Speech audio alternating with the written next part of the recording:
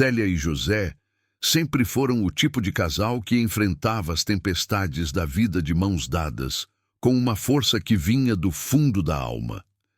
Eles se conheceram em uma pequena cidade do interior de São Paulo, chamada Monte Verde, onde as ruas de terra vermelha se enchiam de poeira no verão e viravam lama no inverno. Era junho de 1975, durante a festa de São João. O ar estava impregnado com o cheiro de quentão, pinhão assado e fogueira crepitante. José, um rapaz de 19 anos, alto e moreno, com mãos calejadas de tanto trabalhar na lavoura de café do pai, passava os dias curvado sob o sol escaldante, colhendo grãos maduros e sonhando com uma vida além dos cafezais. Ele viera à festa com os amigos, mas seus olhos foram capturados por Célia, que dançava com graça no meio da quadrilha. Ela tinha 17 anos, cabelos castanhos cacheados, presos em um coque simples, e vestia um vestido florido que ela mesma costurara com retalhos de tecidos doados pela mãe. Célia era a caçula de 5 irmãs, todas ensinadas a manejar agulha e linha desde pequenas, e seu riso ecoava alto, misturando-se ao som da sanfona e dos fogos de artifício que iluminavam o céu estrelado. José se aproximou, tímido, mas determinado, o coração batendo forte como os tambores da festa. "Quer dançar comigo?" perguntou, estendendo a mão calejada.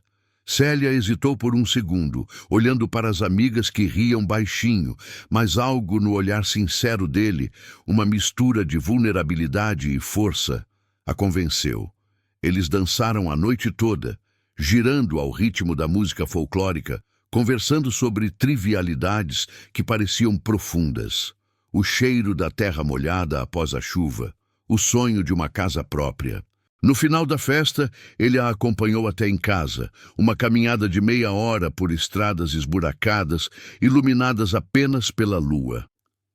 Eles conversaram sobre sonhos. Ele queria uma vida melhor que a roça, talvez abrir uma pequena oficina mecânica. Ela sonhava em ter uma família grande e feliz, com filhos correndo pelo quintal e uma mesa sempre farta. Foi o início de um amor puro, daqueles que resistem ao tempo, às secas e às enchentes que assolavam Monte Verde. Nos meses seguintes, eles se viam aos domingos na missa, trocando olhares discretos, e em passeios pelo riacho, onde José colhia flores silvestres para ela. 2 anos depois, em 1977, casaram-se na igrejinha da Praça Central, uma construção colonial com paredes caiadas e sino enferrujado. A cerimônia foi simples, flores do campo decorando o altar, colhidas por Célia e as irmãs, bolo de milho feito pela mãe dela, com cobertura de açúcar queimado, e uns poucos convidados, vizinhos e familiares, que cabiam em 2 carroças. Não tinham dinheiro para a lua de mel, a lavoura mal dava para o sustento, mas passaram a noite em uma cabana na roça do pai de José, deitados em um colchão de palha, olhando as estrelas através de uma fresta no telhado. "Vamos construir nosso futuro juntos, amor", disse José, beijando a testa dela com ternura. Célia sorriu, sentindo o coração transbordar de esperança, apesar da pobreza que o cercava. O primeiro ano de casados foi duro como uma colheita ruim. José trabalhava de sol a sol na lavoura, acordando antes do amanhecer para capinar e colher, voltando exausto ao entardecer com as costas doídas. Célia costurava vestidos para as vizinhas, remendava calças e camisas por trocados e ainda cuidava da casa pequena que alugavam na periferia da cidade. Havia dias em que a panela só tinha arroz e feijão, mas o amor os sustentava. Eles riam das pequenas vitórias, uma encomenda extra de costura, uma safra melhor que o esperado. "Enquanto estivermos juntos, nada nos derruba", dizia Célia, abraçando José após um dia exaustivo. Quando Cristiano nasceu, em 1980, foi como se o sol tivesse nascido de novo em suas vidas. Ele veio ao mundo em casa, com a ajuda de uma parteira experiente chamada Dona Amélia, que atendia as famílias pobres da região. Célia gritou de dor durante horas, suando no quarto abafado. Mas quando ouviu o choro vigoroso do bebê, tudo valeu a pena. Ele tem seus olhos, José, sussurrou ela, exausta, mas radiante, com o recém-nascido aninhado no peito. José, com lágrimas nos olhos, um homem forte que raramente chorava, pegou o filho no colo pela primeira vez, sentindo o peso leve e o calor da vida nova. Vamos dar a ele o mundo, Célia. Ele não vai sofrer como nós. Vou trabalhar dobrado se for preciso.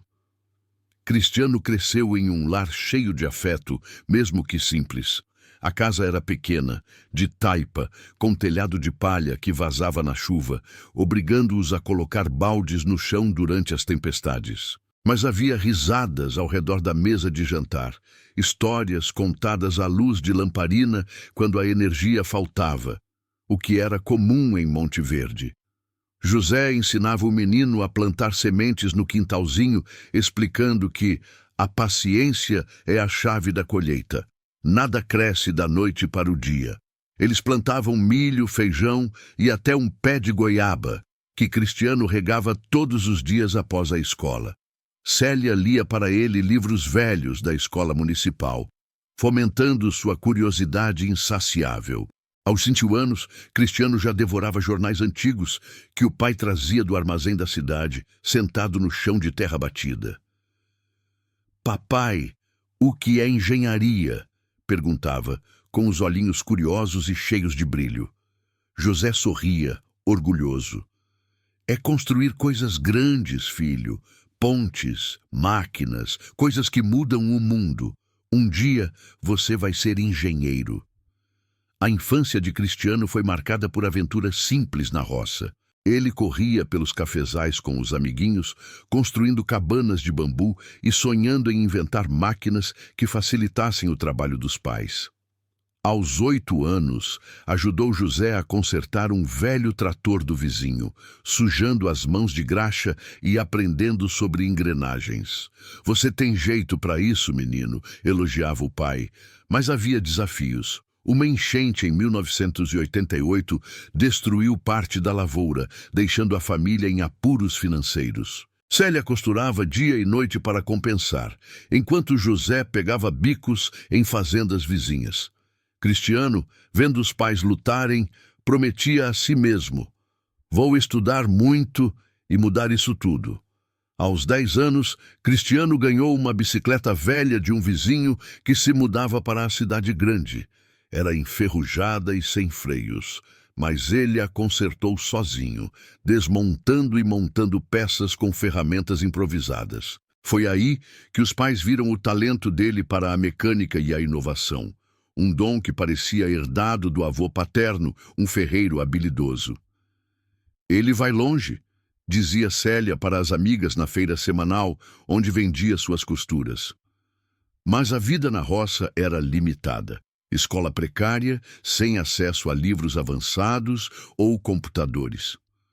Quando Cristiano completou 18 anos, em 1998, ele decidiu ir para São Paulo estudar engenharia na USP, a universidade pública mais prestigiada. Os pais venderam o único pedaço de terra que tinham, uma herança do pai de José, para pagar a matrícula e a passagem de ônibus.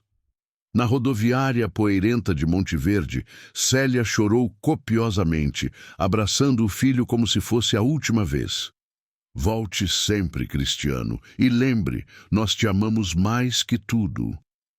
José, contendo as lágrimas para não fraquejar, apertou a mão dele com firmeza.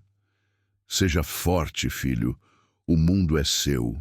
Mostre do que um menino da roça é capaz." Em São Paulo, Cristiano lutou como nunca.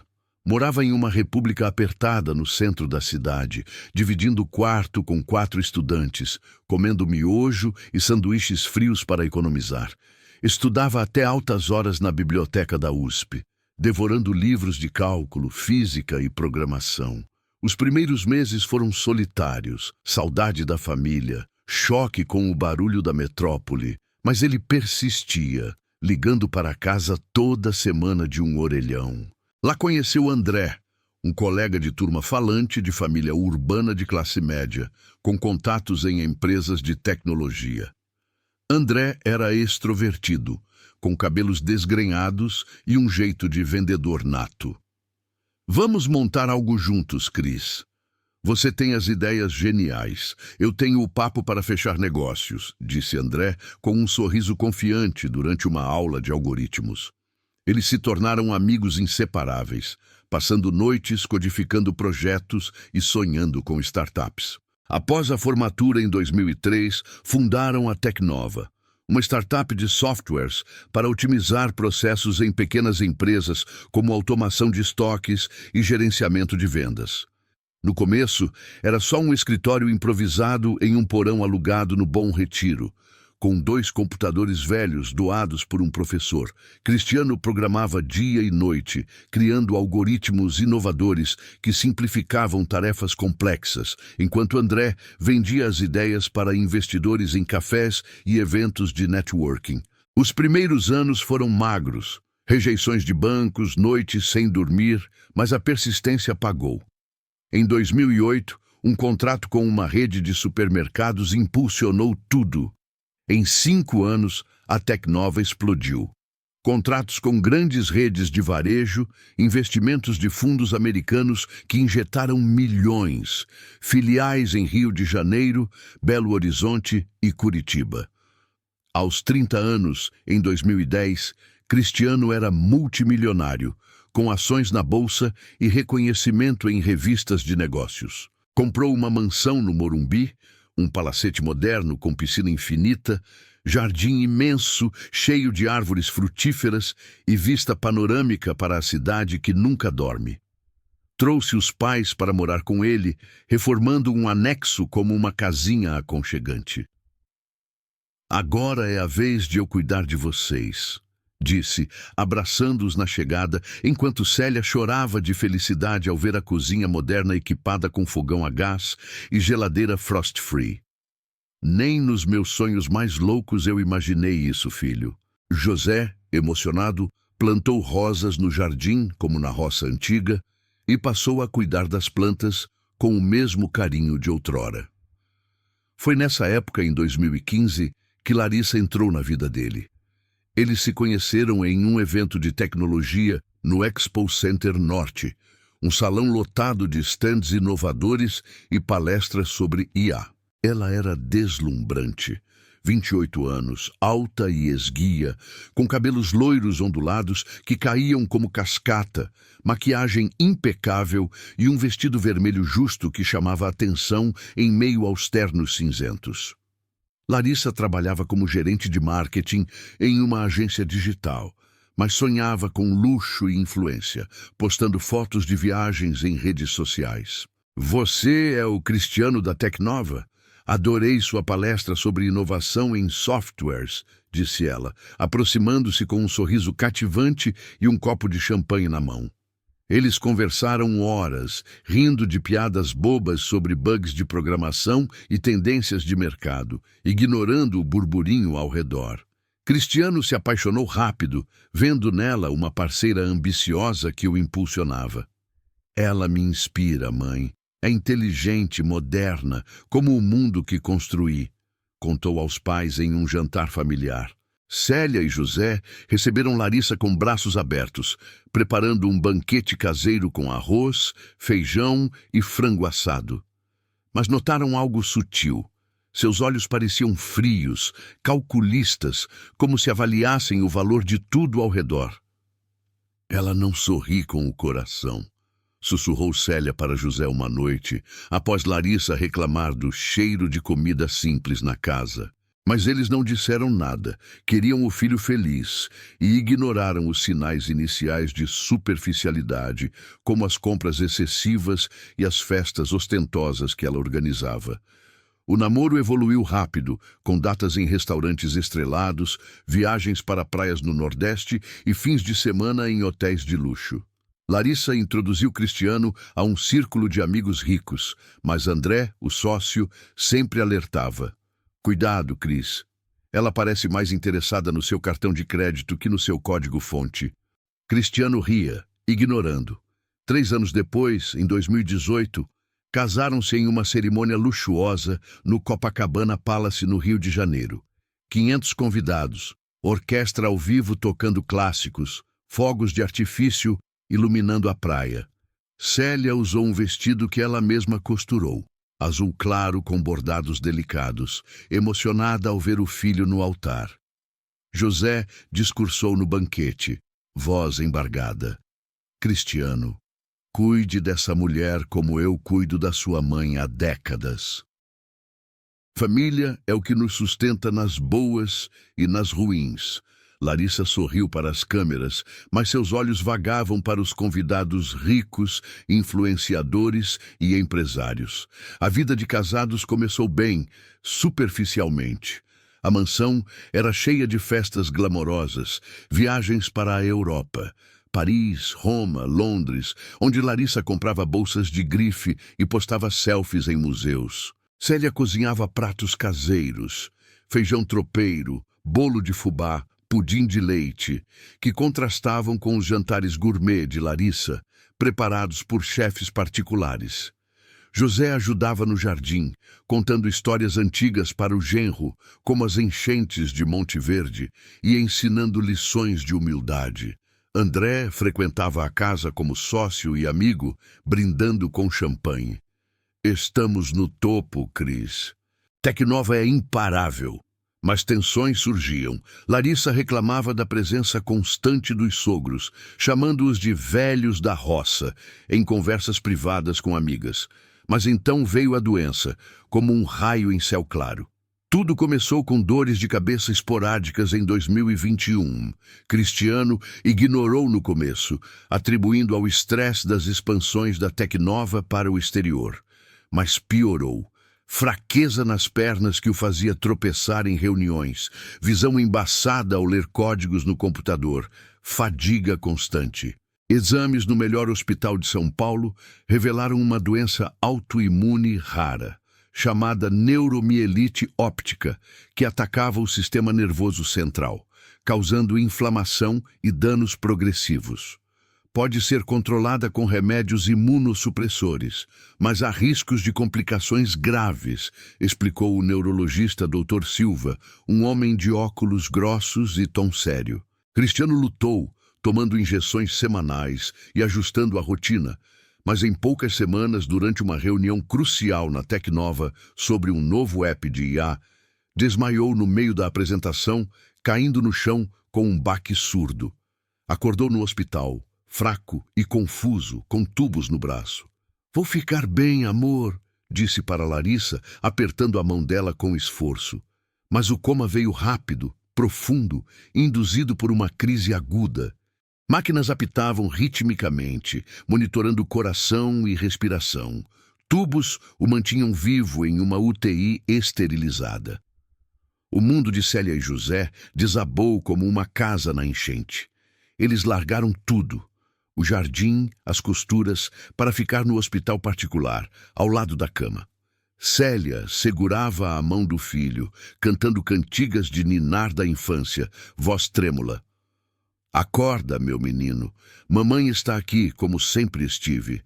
José lia o jornal em voz alta, como antigamente. Olha, filho, o Palmeiras ganhou de novo. Você ia gostar de ver o jogo comigo. As lágrimas rolavam silenciosas, molhando as máscaras cirúrgicas. Larissa ia no começo, chorando dramaticamente para os médicos e postando atualizações vagas nas redes, orando pelo meu amor de força Cristiano. Mas aos poucos distanciou-se, alegando compromissos inadiáveis. É muito pesado para mim ver ele assim. Justificava para os sogros com olhos secos. Começou a frequentar o escritório da Tecnova, ajudando André com decisões estratégicas. Ele assumiu o comando interino. Deixem comigo. Cristiano confiava em mim como um irmão. Os negócios prosperavam superficialmente. Novos contratos com empresas de e-commerce. Mas rumores circulavam entre os funcionários. André alterava relatórios financeiros, transferia fundos para contas pessoais E Larissa aparecia com joias novas, sussurrando com ele em salas fechadas. Uma noite chuvosa, 3 meses após o coma, em julho de 2021, Larissa chamou os sogros para a sala de estar da mansão.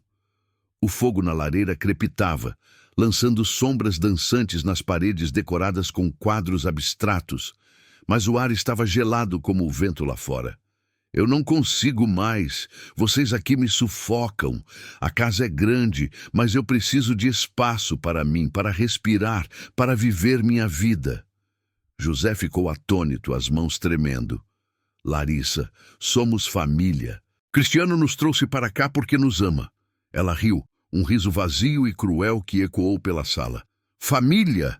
Vocês são um peso morto, velhos da roça que cheiram a terra. Cristiano pode nem acordar, e eu não vou carregar vocês nas costas. Tem um asilo na Zona Leste, Lar dos Idosos Esperança. É decente, vou pagar o primeiro ano. Amanhã de manhã, arrumem as malas e sumam. Célia sentiu o coração se partir em 1000 pedaços, como vidro estilhaçado. Como você pode fazer isso? Somos os pais dele. Ele nos ama. Larissa deu de ombros, checando o celular com indiferença. Pais velhos, sem utilidade. Adeus. Não quero drama. No dia seguinte, ela os levou de carro. Em silêncio tenso, a chuva batendo no para-brisa como lágrimas não derramadas. Parou na calçada do asilo, um prédio cinzento com grades nas janelas e fachada descascada, cheiro de desinfetante e solidão no ar. Deixou as malas na poça d'água e partiu acelerando, os pneus cantando na rua molhada. Célia caiu de joelhos na poça, chorando descontroladamente, o vestido encharcado. José a abraçou forte, as lágrimas misturando-se à chuva. Vamos sobreviver, amor. Deus nos ajuda como ajudou na roça. O asilo era um lugar de almas esquecidas, financiado por doações escassas. Quartos apertados com camas rangentes, refeições insossas de sopa aguada e pão duro, corredores ecoando com tosses e sussurros. Os moradores eram idosos abandonados por filhos ocupados ou indiferentes, alguns com histórias tristes de traição familiar. No começo, Célia mal comia, passava dias na cama estreita, olhando o teto rachado e revivendo memórias, o nascimento de Cristiano, as festas em Monte Verde. Por que, José? O que fizemos de errado para merecer isso?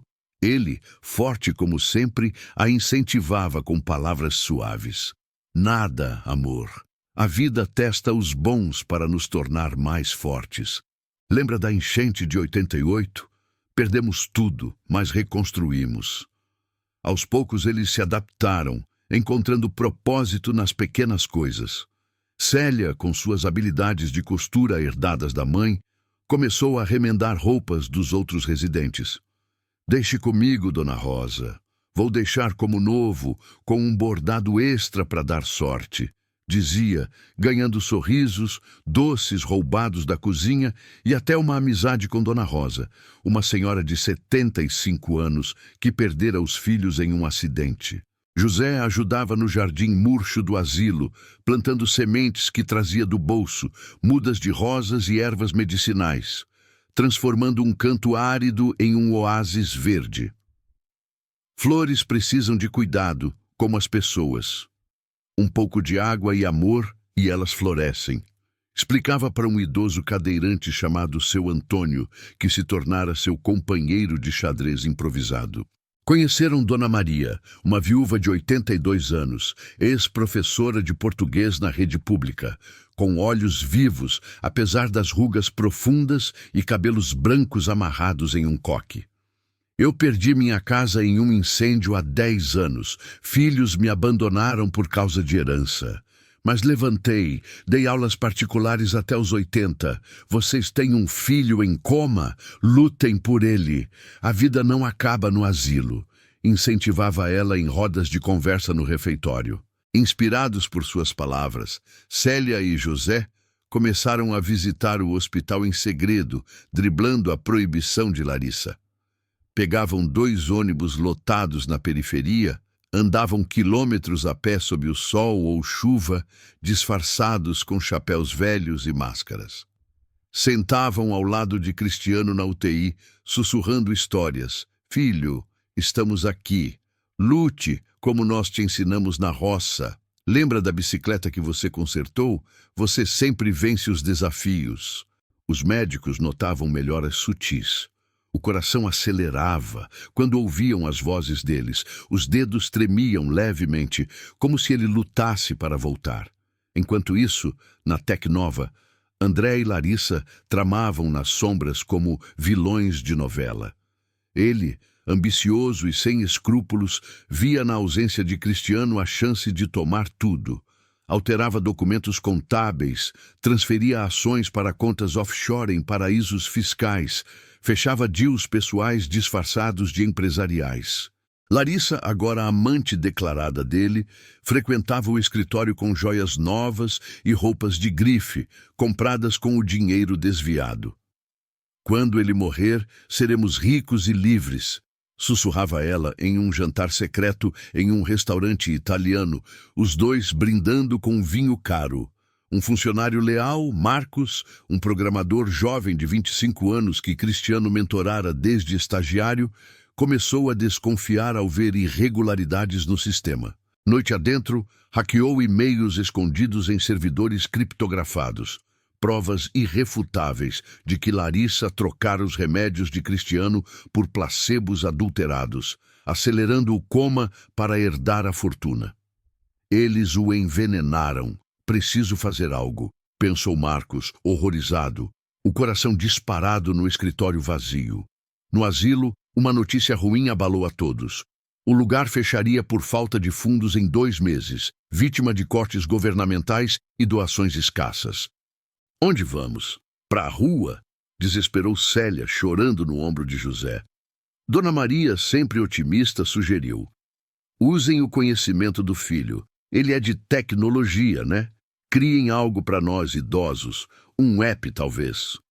Com a ajuda do neto de Dona Maria, um rapaz de 20 anos chamado Pedro, que estudava programação na faculdade técnica e visitava a avó aos fins de semana, eles aprenderam o básico de apps em um cybercafé próximo, usando computadores velhos e internet lenta. Célia, criativa como sempre, idealizou o Conecta Vida, um aplicativo simples para idosos se conectarem, compartilharem receitas antigas, histórias de vida, marcarem visitas médicas, pedirem ajuda emocional e até videochamadas com familiares distantes. Vai unir gerações, como nossa família unia a roça, disse ela, animada pela primeira vez em meses, os olhos brilhando como na juventude. José gravava vídeos tutoriais com o celular velho doado por Pedro. Olha, é fácil. Aperta aqui e pronto. Compartilhe sua receita de bolo de fubá. Pedro codificava o app em noites insones, adicionando features como alertas de remédios e fóruns de suporte. O app começou pequeno, divulgado no asilo e em grupos de idosos no Facebook. Mas idosos de outros lugares baixaram compartilhando. Graças a vocês, conversei com meu neto depois de anos de silêncio. Doações chegaram via Pix. $100 aqui, 500 ali, salvando o asilo temporariamente e permitindo melhorias, como camas novas e uma horta comunitária. Uma jornalista local chamada Sofia, tocada pela história ao visitar o asilo para uma reportagem sobre idosos abandonados, publicou uma matéria no jornal online. Pais abandonados criam um app revolucionário enquanto filho luta pela vida em coma. A história viralizou nas redes sociais, com milhares de curtidas, compartilhamentos e comentários emocionados. Pessoas mandavam mensagens: "Vocês são heróis, inspiram minha família a valorizar os avós." Celebridades retuitavam: "Resiliência pura, essa conecta a vida." Uma campanha de crowdfunding arrecadou milhares, expandindo o app para Android e iOS. Larissa explodiu de raiva ao ver a notícia no feed do Instagram, o rosto contorcido de fúria. Ligou para o asilo gritando: "Parem com isso ou corto tudo! Vocês vão me destruir!" Mas era tarde. Marcos, inspirado pela matéria que leu no almoço, enviou os documentos anônimos para Célia. Um pendrive escondido em um envelope com e-mails, extratos bancários e provas de fraude e envenenamento. Salvem o chefe. Ele me ajudou quando ninguém mais ajudava, escreveu em um bilhete anônimo. Célia e José, tremendo ao ler as provas no Cybercafé com Pedro, consultaram um advogado pro bono, um jovem idealista chamado Rafael, de 30 anos, que lera a matéria e se ofereceu para ajudar. Isso é crime grave, fraude, tentativa de homicídio. Vamos à polícia, mas precisamos de mais evidências. Eles infiltraram uma festa de gala da Tecnova, um evento black tie, em um hotel de luxo, disfarçados como garçons. Ideia ousada de Pedro, que arranjou uniformes. Lá, em meio a taças, tilintando e risos falsos, viram Larissa e André se beijando em um canto escuro, sussurrando planos de fuga para as Ilhas Caimã. Traidores, murmurou José, o sangue fervendo. Com astúcia, roubaram um laptop de André deixado na mesa, cheio de arquivos incriminadores, escapando por pouco de um segurança. De volta ao asilo, o clímax veio como um milagre. No hospital, durante uma visita secreta, Cristiano piscou os olhos pela primeira vez em meses. Mãe, e sussurrou fracamente a voz rouca dos tubos. Célia gritou de alegria. Ele acordou! Meu Deus, ele acordou! Médicos correram, confirmaram. O coma acabara, graças a tratamentos experimentais e talvez ao amor persistente. Larissa chegou correndo, fingindo lágrimas histéricas. Meu amor, graças a Deus! Mas a polícia, alertada por Rafael com as provas, a esperava na porta da UTI. Algemada diante de todos, ela gritou enlouquecida. Eu fiz pelo nosso futuro. Vocês são velhos inúteis. Deviam estar mortos. André fugiu para o aeroporto, mas foi pego na fronteira com passaporte falso, graças a uma operação da PF. Julgados em um processo midiático, ele pegou 10 anos por fraude e lavagem de dinheiro, ela 15 por tentativa de homicídio e conspiração. Cristiano, recuperando-se devagar no hospital com fisioterapia intensiva, soube de tudo pelos pais em visitas diárias. Chorou nos braços deles. Vocês nunca desistiram. São meus anjos da guarda. Sem vocês, eu não teria voltado. Ele reassumiu a Tecnova semanas depois, limpou a corrupção, demitindo cúmplices, e integrou o Conecta Vida como projeto social principal, investindo milhões para expandi-lo. Mas o twist emocional veio durante o julgamento. Exames revelaram que Larissa estava grávida de 4 meses. No começo, alegou ser de Cristiano, chorando na corte para ganhar simpatia. Mas testes de DNA, ordenados pelo juiz, provaram era de André. Cristiano, magoado, mas nobre, decidiu adotar a criança após o nascimento. Não vou punir uma inocente por erros dos pais. Vou criá-la com amor, como vocês me criaram na roça, disse aos pais, que o apoiaram incondicionalmente. O bebê nasceu meses depois em uma maternidade pública, Larissa na prisão, uma menina saudável chamada Esperança, símbolo de renovação. Anos se passaram e a vida floresceu. Cristiano casou-se novamente em 2023 com uma enfermeira que cuidara dele durante o coma, uma mulher simples e bondosa chamada Ana, de 32 anos, com raízes no interior como ele. Eles tiveram gêmeos 2 anos depois, enchendo a mansão de risadas infantis. Célia e José, agora avós radiantes, moravam em uma casa aconchegante ao lado da mansão, com jardim interligado. Viajavam o Brasil dando palestras motivadoras em asilos, escolas e empresas. A vida derruba, mas o amor levanta. Nunca desista da família, pois ela é a raiz que nos sustenta. O Conecta Vida virou uma rede global, com versões em inglês e espanhol, ajudando milhões de idosos solitários em mais de 50 países, com features como IA, para detecção de depressão e parcerias com governos. Célia, aos 68, costurava bonecas para orfanatos e doava para campanhas sociais.